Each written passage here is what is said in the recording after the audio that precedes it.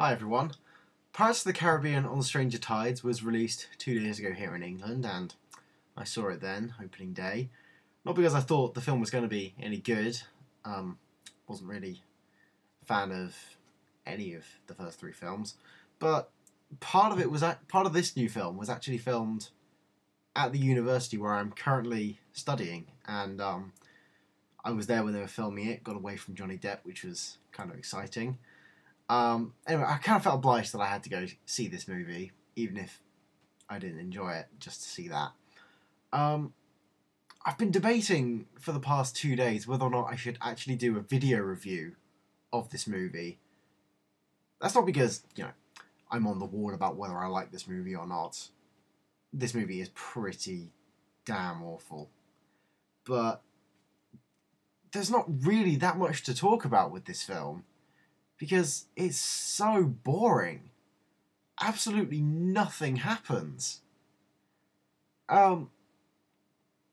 We get to the end of the film and none of the main characters from the previous trilogy have developed in any way. They're just exactly the same as they were at the end of the last film. So, not really much of an arc going on with the characters, so that was very uninteresting. The journey to the destination was really quite dull, because there was lots of stuff happening, but it was all resolved really quickly. So, an example being, there's a scene early on in the film where these pirates on a ship decide to organise a mutiny against the captain. And about partway through this mutiny, the captain appears, and that's it, mutiny over. No repercussions or anything. It's just sort of mutiny over. And that's it just moves on. There are no consequences to the actions that are taken by any of these people. So it just felt overly long because nothing was getting achieved. The big main problem with this film is just one simple fact. Jack Sparrow is a terrible protagonist for these films. Now, don't get me wrong. Jack Sparrow as a character is great. He's kind of like the bumbling sidekick who just happens to be able to go in, and he's got this really great, incredible luck going on that allows him to get out of these insane situations. Problem with that is, with him being a main character, there's no tension involved. Because you just know, oh, he's so lucky, he can get out of these ridiculous situations. That doesn't create tension, that's just boring. Because the character doesn't change at all. He's just sort of... Look, the other problem is, he's essentially indestructible. Because he's the only character who is carrying this franchise forward. No other characters matter in these films. It's all about Jack. But Jack as a main character is terrible, because there's no tension involved at all. Now, again, with him being a main character, he doesn't drive the story at all. He just goes along with the ride, as he's been doing with the other films. And it was incredibly weak to have him do that.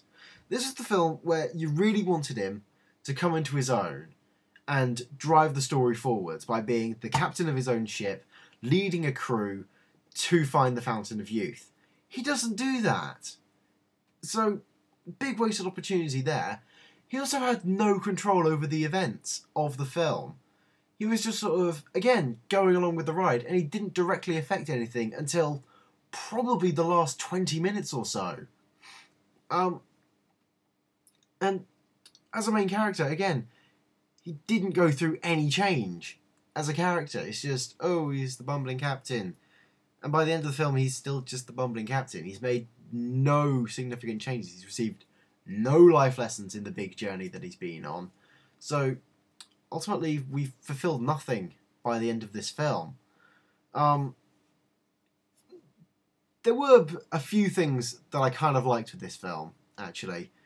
One of them, kind of on the edge about, the music is still really, really good. it's still got that great sense of adventure and actionness to it. But the problem is, every single time something dramatic happens in an action scene, not really dramatic, but sort of whenever Jack picks up a sword or a gun in a fight, it plays the He's a Pirate theme. They do that about 5 times throughout this film, and the first time, it's kind of fun to try and get the audience back in the mood. But when they do it the 3rd time, it gets boring after that. So, again, good soundtrack, but they reuse the same piece too much. Amazingly, I was really, really liking the change they made to Barbossa this time, having him be part of, what was it?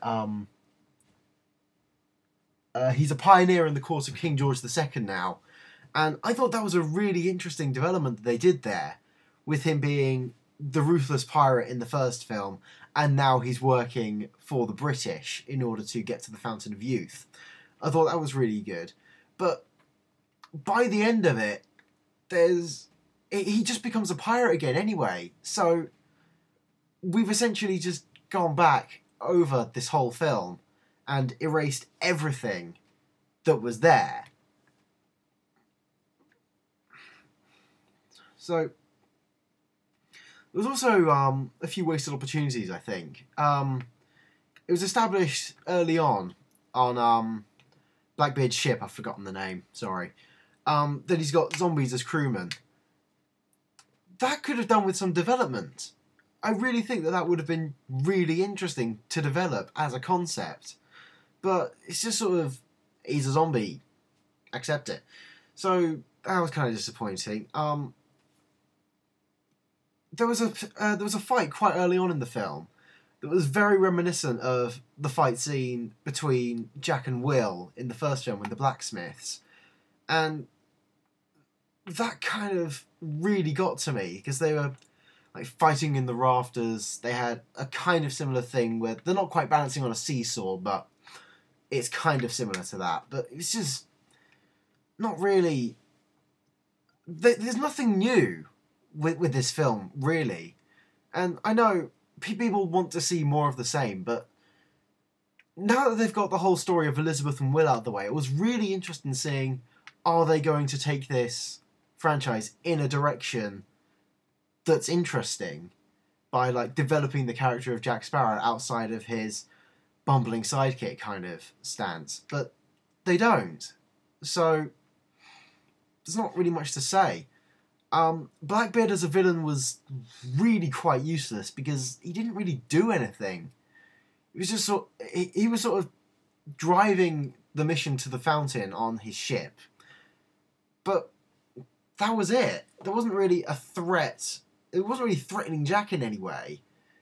So this film had no real villain, and you know, there was this other plot strand with the Spanish that didn't really go anywhere until the last 20 minutes, and when they turn up, they didn't really do much. They sort of added a new element to this dilemma that they had, so it's kind of boring.